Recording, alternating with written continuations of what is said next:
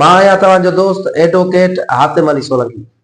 अॼु असां हिन वीडियो में समझंदासीं नॉन फाइलर ऐं फाइलर जे विच में फ़र्क़ु, एनटीएन छा आहे ऐं फाइलर छा आहे, फाइलर जा फ़ाइदा, नॉन फाइलर जा नुक़सान, असेट्स या तफ़सील कीअं रिपोर्ट करणु घुरिजनि, असेट्स ज़ाहिर करणु ज़रूरी आहिनि या लिकाइण में फ़ाइदो आहे। अचो त असां हिन वीडियो में ये सब ॻाल्हियूं कवर कयूं। फाइलर उनखे चइबो आहे जेको एफबीआर जे सिस्टम में पाण खे रजिस्टर कराए ऐं हर साल पंहिंजा गोशवारा दाख़िल करे। नॉन फाइलर उहो आहे जेको एफबीआर जे सिस्टम में रजिस्टर ई न हुजे। एनटीएन मतलब नेशनल टैक्स पेयर नंबर। उहे माण्हू जेके पाण खे रजिस्टर त कराइनि था, एनटीएन नंबर हासिल कनि था, पर पंहिंजा रिटर्न फाइल नथा कनि। उन्हनि वटि एनटीएन नंबर आहे पर उहे फाइलर न आहिनि, उहे सिर्फ़ एनटीएन नंबर होल्डर आहिनि ऐं उहे नॉन फाइलर जी कैटेगरी में अचनि था। मिसाल जेके सूबाई सरकारी इदारा आहिनि या वफ़ाक़ी सरकारी इदारा आहिनि, उहे हिक क़िस्म जा विथ होल्डिंग एजेंट आहिनि। उन्हनि जा जेके बि मुलाज़िम आहिनि उहे पंहिंजे मुलाज़िमनि जा एनटीएन नंबर ठाहे ऐं पंहिंजे मुलाज़िमनि जी पघारुनि मां टैक्स कटे स्लेब जे हिसाब सां उहे एफबीआर वटि जमा कराईंदा आहिनि। उहे जेके बि सरकारी मुलाज़िम आहिनि उन्हनि जा एनटीएन नंबर ठहियल आहिनि पर उहे फाइलर न आहिनि, उहे नॉन फाइलर आहिनि। उहे फाइलर वारियूं सहूलियतूं हासिल नथा करे सघनि। फाइलर थियण जा तमामु घणा फ़ाइदा आहिनि। जॾहिं तव्हां रेग्युलर पंहिंजा रिटर्न्स फाइल कराईंदा रहो था ऐं एक्टिव फाइलर आहियो त तव्हांखे तमामु घणियूं सहूलियतूं आहिनि। एक्टिव फाइलर लाइ कैश विथड्रॉल ते का बि टैक्स कोन्हे। तव्हां बैंक मां भली जेतिरा बि पैसा कढायो तव्हां खां कंहिं बि क़िस्म जी का बि टैक्स न कटी वेंदी। ऐं फाइलर जॾहिं प्रॉपर्टी ख़रीद करे थो या विकिरो करे थो त उन खां 3% विद होल्डिंग टैक्स चार्ज कई वेंदी। फाइलर जो जेकॾहिं को सेविंग अकाउंट आहे त सेविंग अकाउंट जे प्रॉफिट ते सिर्फ़ उन खां 15% टैक्स कटी वेंदी।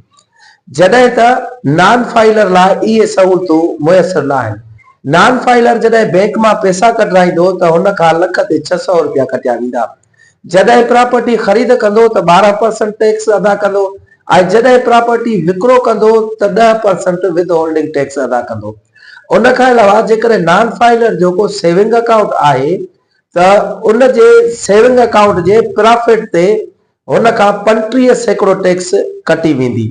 जॾहिं त फाइलर लाइ उहा टैक्स सिर्फ़ 15% आहे। जेके सरकारी मुलाज़िम फाइलर नथा थियनि उहे तमामु वॾी ग़लती था कनि, छो त सरकारी मुलाज़िम जेके आहिनि उन्हनि जी टैक्स उन्हनि जी सैलरी मां अॻु ई कटी वेंदी आहे। उन्हनि खे त ख़ौफ़ ई न करणु घुरिजे त को फाइलर थियण सां उन्हनि खे को नुक़सानु थींदो। उन्हनि जी टैक्स त ऑलरेडी उन्हनि जो इदारो कटे ऐं एफबीआर वटि जमा थो कराए। जॾहिं त उहे नॉन फाइलर जी मद में तमामु घणे नुक़सान खे मुंहुं ॾींदा आहिनि।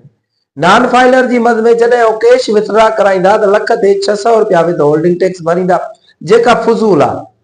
उन खां अलावा जेकॾहिं सरकारी मुलाज़िमनि जो सेविंग अकाउंट आहे त सेविंग अकाउंट जे प्रॉफिट ते 35% टैक्स अदा कंदा, जेका 15% टैक्स फाइलर लाइ आहे।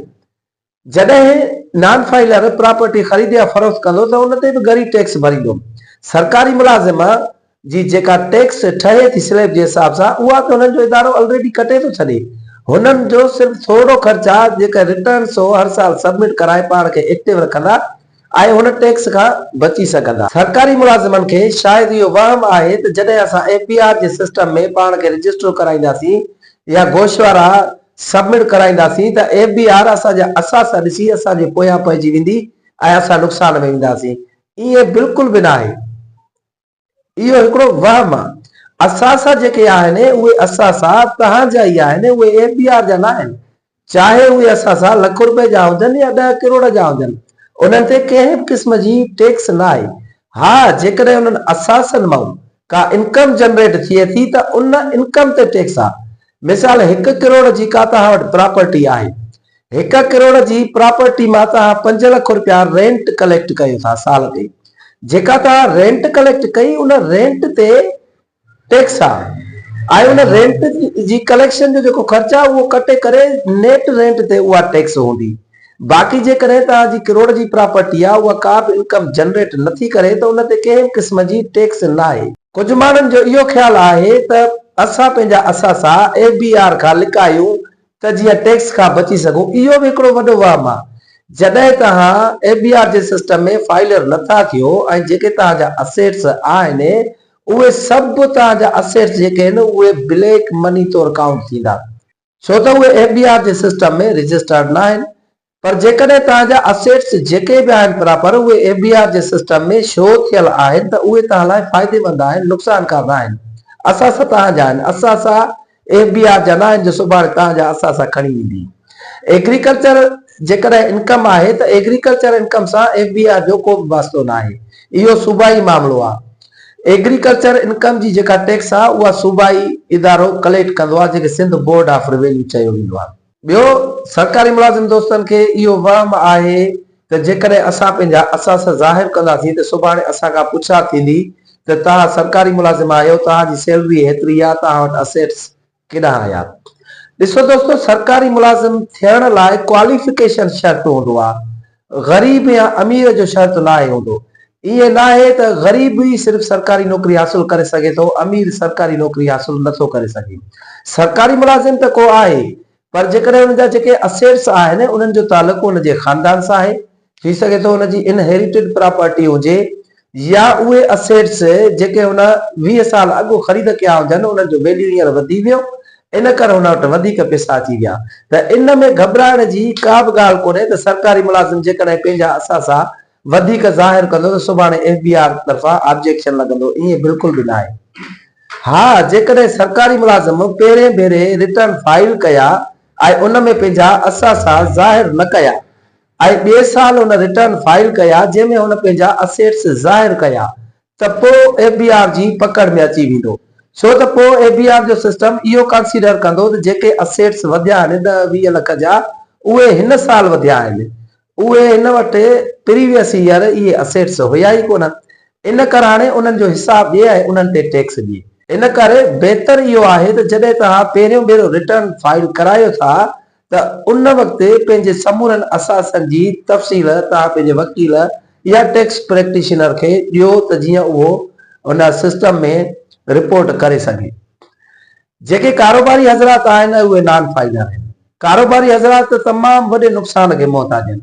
जॾहिं उहे बैंक मां पैसा कढाइनि था, कैश विथड्रॉल कनि था त लख ते 600 रुपया एडवांस टैक्स जी शक्ल में अदा कनि था ऐं प्रॉपर्टी जी ख़रीद फरोख्त में बि हो नॉन फाइलर जी मद में तमामु वॾी टैक्स भरनि था, जेका बाद में एडजस्टेबल ई न आहे, छो त सिस्टम में एक्टिव आहिनि ई कोन। इन करे हुननि जेका टैक्स भरी उहा खॾ जे तरे में वई, उहा कॾहिं एडजस्ट थींदी ई कोन।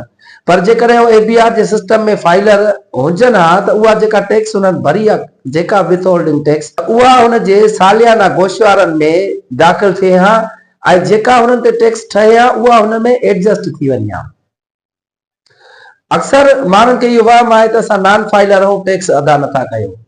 तव्हां हिकिड़ो नंढड़ो मिसाल वठो, तव्हां वटि जेका मोबाइल फोन आहे, मोबाइल फोन जो पैकेज कॉल जो हुजे या इंटरनेट जो हुजे, तव्हां महीने में 2000 रुपया ख़र्च कयो था उन ते, सालियाना 24,000 रुपया थिया।